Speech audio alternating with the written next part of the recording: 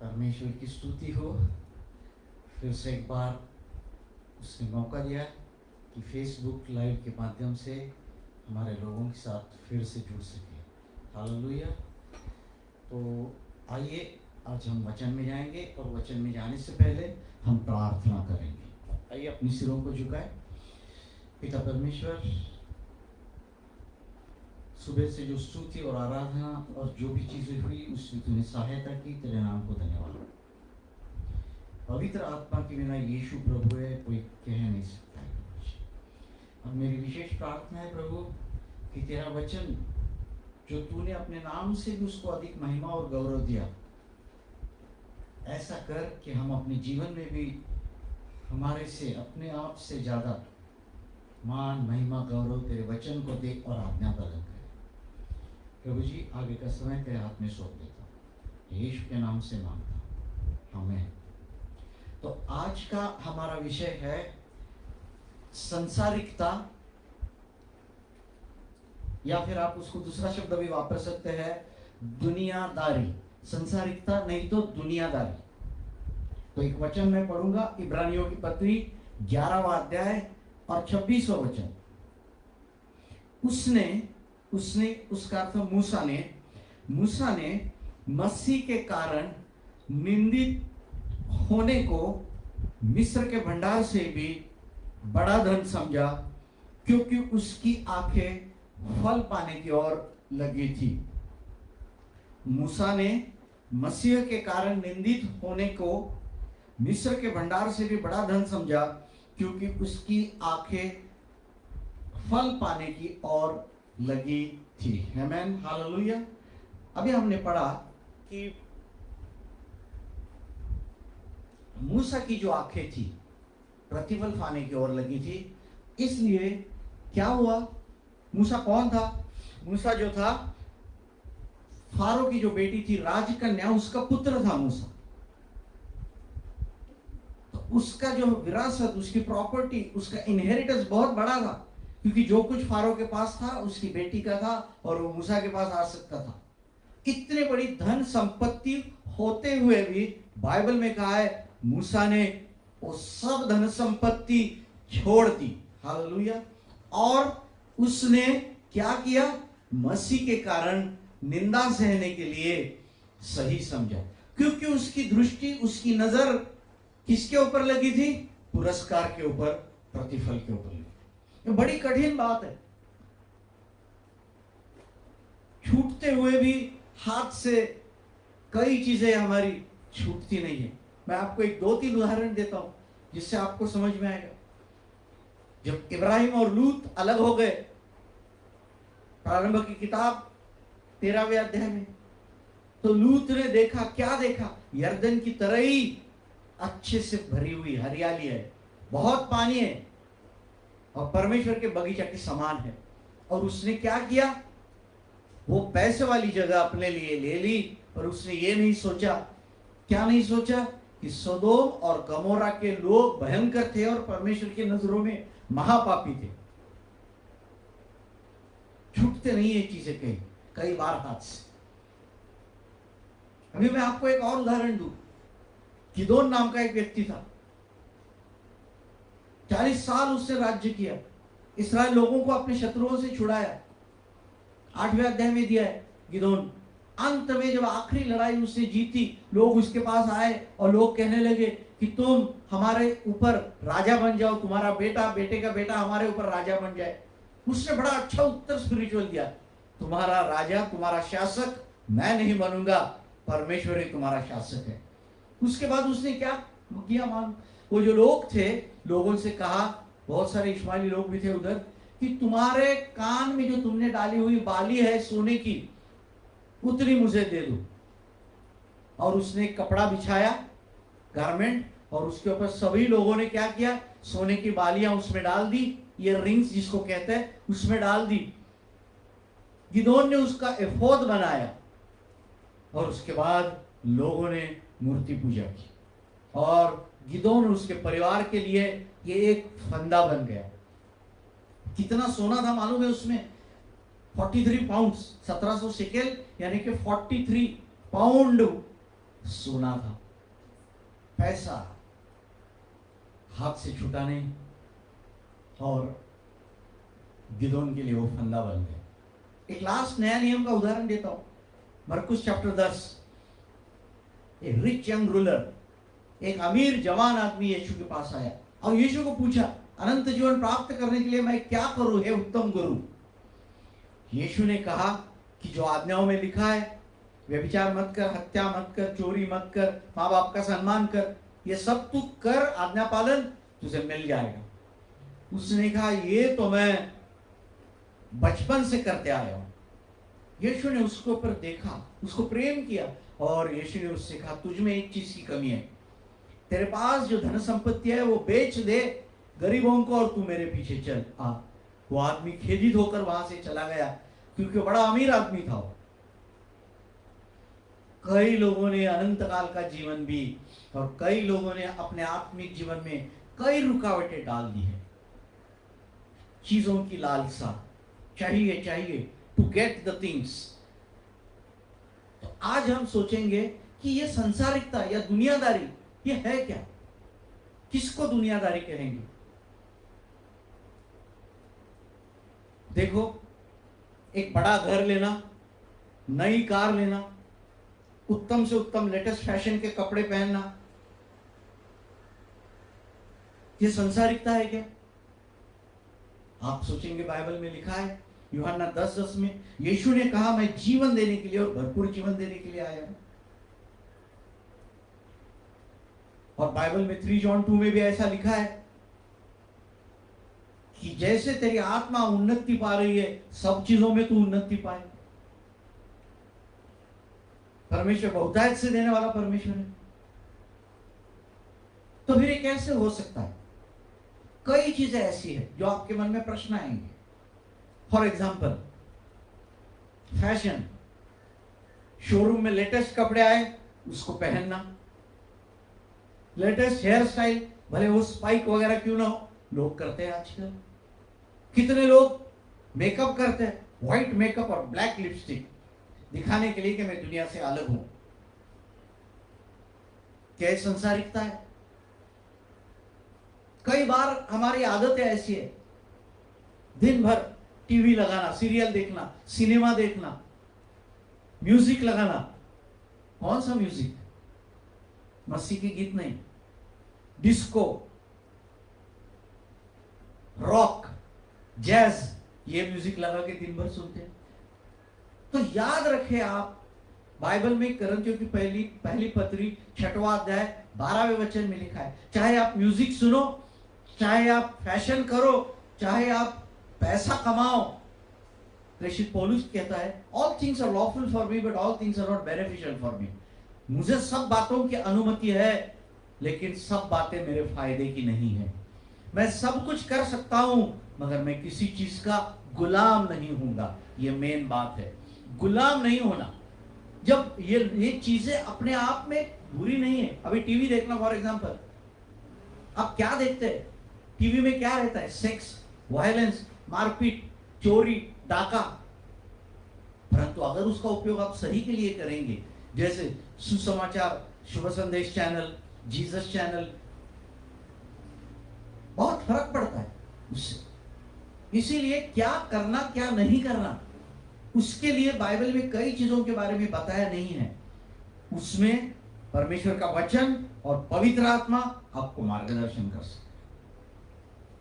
तो जैसे मैंने अभी आपको कहा कि ये सब चीजें अपने आप में बुरी नहीं है, पर जब मनुष्य का मन टू गेट, मैं पाऊं, मुझे चाहिए चाहिए चाहिए चाहिए, ये करने लगता है, तब गड़बड़ हो जाती है।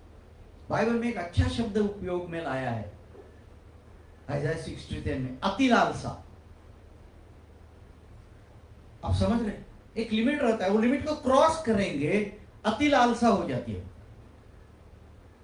सब चीजें दूर हो जाती है। आपके मन में विचार, आपके मुंह से निकलने वाले शब्द, आप जो काम करते, सब चीजों में मैं कैसा प्राप्त करूं, कैसा प्राप्त करूं, कैसा प्राप्त करूं। परमेश्वर दूसरे स्थान पे जाता है, चीजें पहले स्थान पे आती है। ये तो नक्की वर्ल्डलीनेस और संसारिकता और दुनियादारी है। मेरे ख्याल से मैंने काफी स्पष्ट किया है। ते बड़ी खतरनाक बात है, क्योंकि ये दिखने में इनोसेंट है पर उसका अंदर का स्वरूप भयंकर है। तो मैं आपको थोड़ा समझा दूं कि ये क्यों ये चीजें भयंकर है, ताकि हम क्या करें, उससे बचे रहे। पॉइंट नंबर 1, 5 चीजें मैं आपको बताऊंगा। पॉइंट नंबर 1, संसार और संसार से दोस्ती और संसार से यारी आत्मिक व्यभिचार है। पॉइंट नंबर 1, याकूब की पत्री 4 अध्याय 4 वचन। दूसरी महत्वपूर्ण बात, संसार और दुनियादारी और ये सब चीजें करते, दोस्ती निभाना, ये वो सब चीजें परमेश्वर से क्या है, एनिमिटी, शत्रुत्व, बैर है। यशायाह की किताब 63वां अध्याय और 10वें वचन में ऐसा लिखा है कि परमेश्वर उनके अति लालसा और बगावत करने के कारण और पवित्र आत्मा को खेदित करने के कारण परमेश्वर उनका शत्रु बन गया। इस्राएल के लोग परमेश्वर का मार्ग छोड़ के अन्य देवताओं के पीछे लगे, अन्य औरतों के पीछे लगे, दुनियादारी करने लगे। परमेश्वर उनका शत्रु बन गया, क्योंकि उन्हें पवित्र आत्मा को शोकित और खेदित किया और बगावत और विद्रोह किया परमेश्वर से। एक स्त्री की उपमा दी गई है उधर पुराने नियम में, और जब वो अन्य देवताओं के पीछे चले गए, परमेश्वर ने कहा तुमने व्यभिचार किया है। परमेश्वर शत्रु बन गए। भजन संहिता 105 और 16 में ऐसा लिखा है, He granted them their request, but He sent leanness into their souls। परमेश्वर ने उन्हें जो जो मांगा, दे दे दे, खाने के लिए ये सब चीजें परमेश्वर ने उनको दे तो दिया, मगर एक लीननेस, अशक्त करने वाला रोग उनके शरीर में भेजा। परमेश्वर, अगर हम संसार में चले जाए, हो सकता है परमेश्वर हमारा शत्रु बन जाए, और परमेश्वर को अगर हम प्रथम स्थान नहीं देंगे, आत्मिक व्यभिचार हो सकता है। पॉइंट नंबर 3, 1 जॉन 2:16, संसार से प्रेम मत करो 15-16, और संसार की कोई वस्तुओं से प्रेम न करो। अगर कोई संसार से प्रेम करता है तो पिता का प्रेम उसमें नहीं है। तो संसार में क्या है, आंखों की अभिलाषा, शरीर की अभिलाषा और जीविका का घमंड। ये जीविका का घमंड जो है, ये दूसरे दिव्य वचन हिंदी ट्रांसलेशन में क्या लिखा है, धन संपत्ति का घमंड। जीविका का अर्थ धन संपत्ति। धन संपत्ति बुरी नहीं है, पर जब आप गेट गेट गेट दे दो, पैसा पाऊं, कैसा अमीर बनूं, आप परमेश्वर से दूर जा रहे हैं, क्योंकि प्रथम स्थान पैसे ने लिया है। और बाइबल में स्पष्ट रीति से कहा है, तुम दो स्वामी की सेवा नहीं कर सकते। मैथ्यू 6, परमेश्वर और पैसे की सेवा नहीं कर सकते। एक से प्रेम, एक से नफरत करोगे। अब जो बाइबल में कहा है तुम नहीं कर सकते, वो हमें करने की कोशिश नहीं करनी चाहिए। हम कभी सफल नहीं होंगे, क्योंकि यीशु ने कहा नहीं कर सकते, फुल स्टॉप, नहीं कर सकते, बात खत्म। 3 चीजें मैंने आपको बताई। चौथी बात है कि जब ये संसारिकता और दुनियादारी क्या करता है, यीशु ने यूहन्ना 15:16 में हम सबसे कहा है कि तुम जाओ, तुमने मुझे चुना नहीं, मैंने तुम्हें चुना है, इसलिए कि तुम जाओ, फल लाओ और तुम्हारा फल टिका रहे। तुम्हारा फल टिका रहे। क्या करना है हमें, परमेश्वर के लिए फल लाना है। तो ये संसारिकता और दुनियादारी क्या करती है, मार्क 4:19, मरकुस 4:19, संसार की चिंता यानी दुनियादारी, पैसे का धोखा यानी पैसे की लालच, और अन्य वस्तुओं का लोभ उनके अंदर समा गया, और वचन का बीज जो उनके मन में था उसको उन्होंने चौक दिया और वो फल नहीं ला सकता। आप समझ रहे, यहां पर जब हम रहते हैं, हमारा सबसे बड़ा काम है परमेश्वर के लिए फल लाना। दुनियादारी, संसारिकता, परमेश्वर का बीज वचन का हमारे अंदर है, उसको क्या करेगा, दबा देगा, चौक देगा, और आप फ्रूटफुलनेस, फलवंत नहीं हो सकते। 4 चीजें हो गई। 5वीं चीज, सबसे बड़ी बात यह है कि ये दुनियादारी जो है, ये संसारिकता जो है, आपको कभी भी परमेश्वर का चेला, यीशु का चेला या शिष्य नहीं बनने देंगी। लूका की किताब 14वां अध्याय 26, 27 और 33वें वचन में लिखा है, अगर कोई मुझसे अधिक प्रेम, माँ बाप, भाई बहन, जो भी है, बेटा बेटी क्या अपने आप से भी मुझसे अधिक प्रेम करे, मेरे काम का नहीं, वो अपने आप को भी अप्रिय जाने, ऐसा बाइबल में लिखा। कोई व्यक्ति मेरे पीछे आना चाहे तो उसको क्या करना चाहिए? अपना क्रूस उठा करके मेरे पीछे आना चाहिए। क्रूस का अर्थ क्या है? लालसाओं का नकार, क्रूस। और 14:33 लूक में ऐसा लिखा है, unless you forsake all that you have, you cannot be my disciple। जब तक तुम अपने सर्वस्व का त्याग नहीं करते, तुम मेरा शिष्य नहीं बन सकते। अभी जब हम अति लालसा, दो दो दो पाने की, गेट गेट गेट गेट, चाहिए चाहिए चाहिए, तो छोड़ने का और त्याग करने का विचार भी मन में नहीं आएगा, तो आप यीशु के शिष्य नहीं बन सकते। इन 5 चीजें जो मैंने आपको बताई, आत्मिक व्यभिचार, परमेश्वर से शत्रुत्व, और जो 1 यूहन्ना 2:16 में मैंने आपको बताया कि संसार में जो है आंखों की अभिलाषा, शरीर की अभिलाषा, जीविता का घमंड, पैसे का घमंड।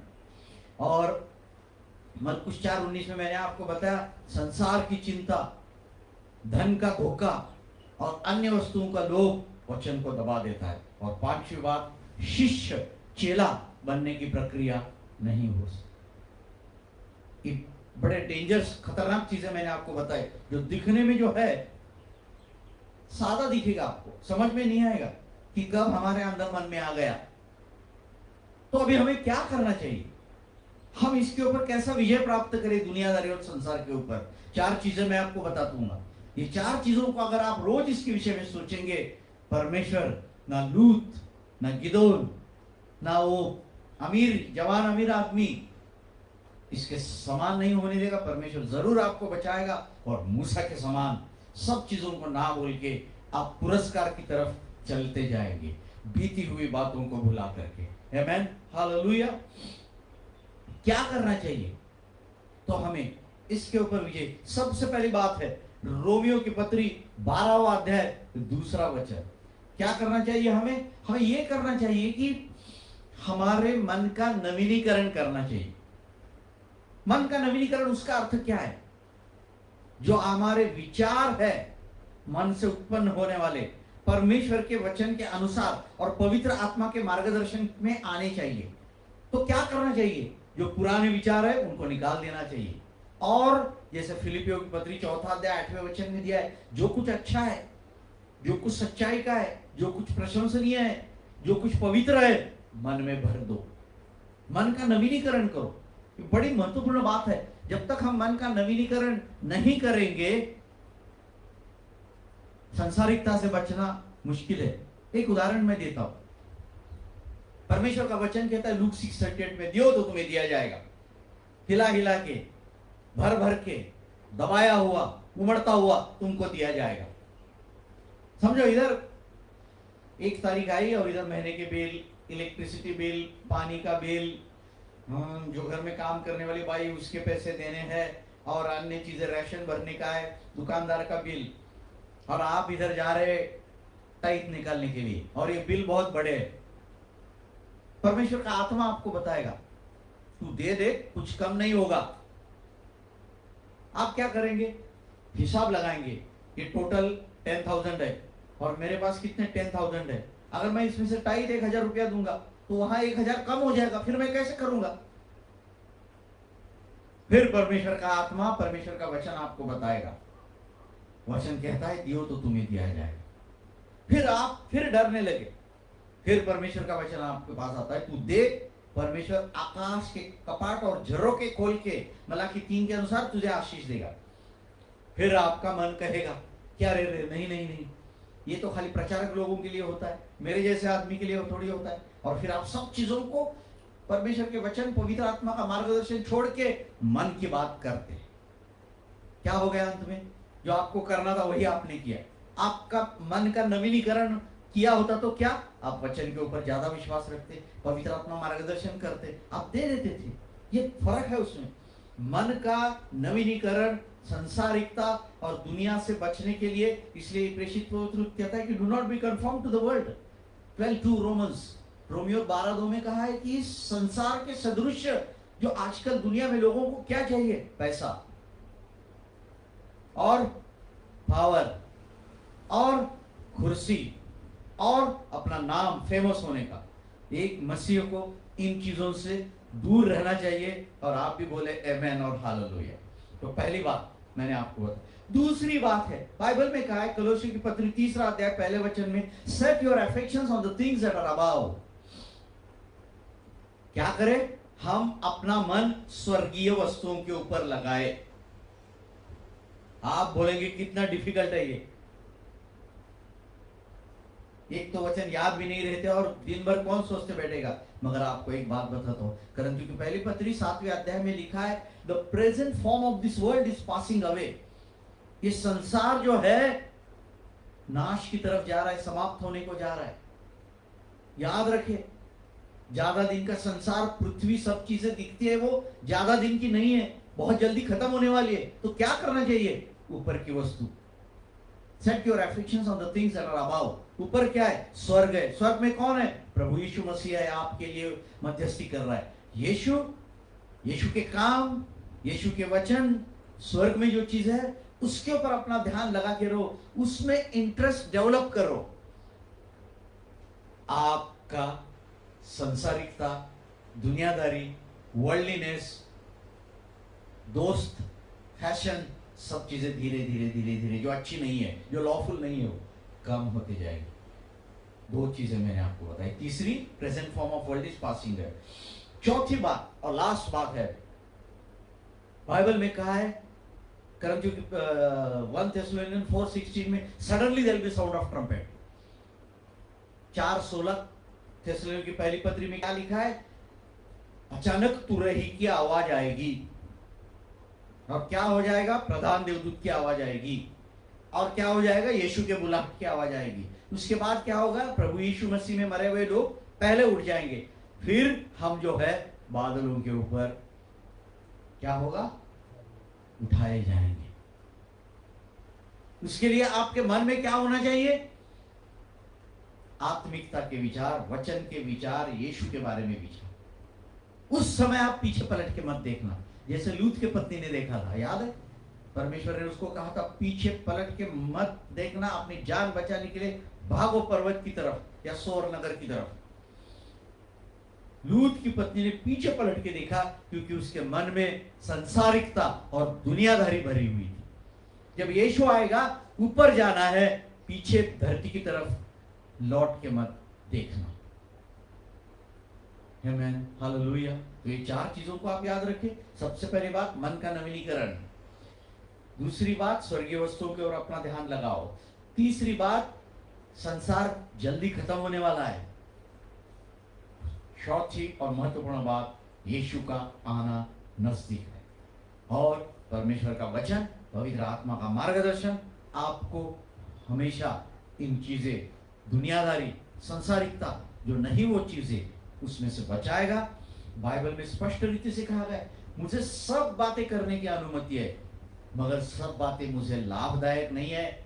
और मैं सब बातों की अनुमति से मैं सब कर सकता हूं, मैं किसी का गुलाम नहीं बनूंगा। आप किसी चीज का गुलाम मत बनना। गुलाम ही बनना है तो यीशु का बॉन्ड सर्वेंट या गुलाम बन जाए, आपको बहुत बड़ा पुरस्कार स्वर्ग में मिल जाएगा। दुनियादारी, संसारिकता, वर्ल्डलीनेस निकाल देंगे, परमेश्वर आपको आशीषों से और शांति से भर देगा। Amen. The Lord bless you all. आइए अपने सिरों को झुकाए और हम प्रार्थना करें। पिता परमेश्वर, आज के वचन के लिए मैं तेरे नाम को धन्यवाद देता हूं प्रभु जी। बोने वाला बीज बोते हुए चला गया। आज हमारे जो लोगों ने आज वचन सुना है या सुनने वाले हैं प्रभु जी, हर एक व्यक्ति के मन में तेरा वचन कार्य करे प्रभु। दुधारी तलवार से भी अधिक तेरा वचन तेज है प्रभु जी, विचार और मन के भेद को समझने वाला है। आज वचन हमारे मन में कार्य करे, दुनियादारी, संसारिकता, वर्ल्डलीनेस निकल जाए और तू और केवल तू ही तू हमारे मन में रहे, हमारे विचारों में, हमारे कामों में, हमारे शब्दों में रहे। ऐसी प्रार्थना मैं करता हूँ और तेरे नाम को धन्यवाद दे। नासरी यीशु के नाम से मैं मांगता हूँ। आमेन, आमेन।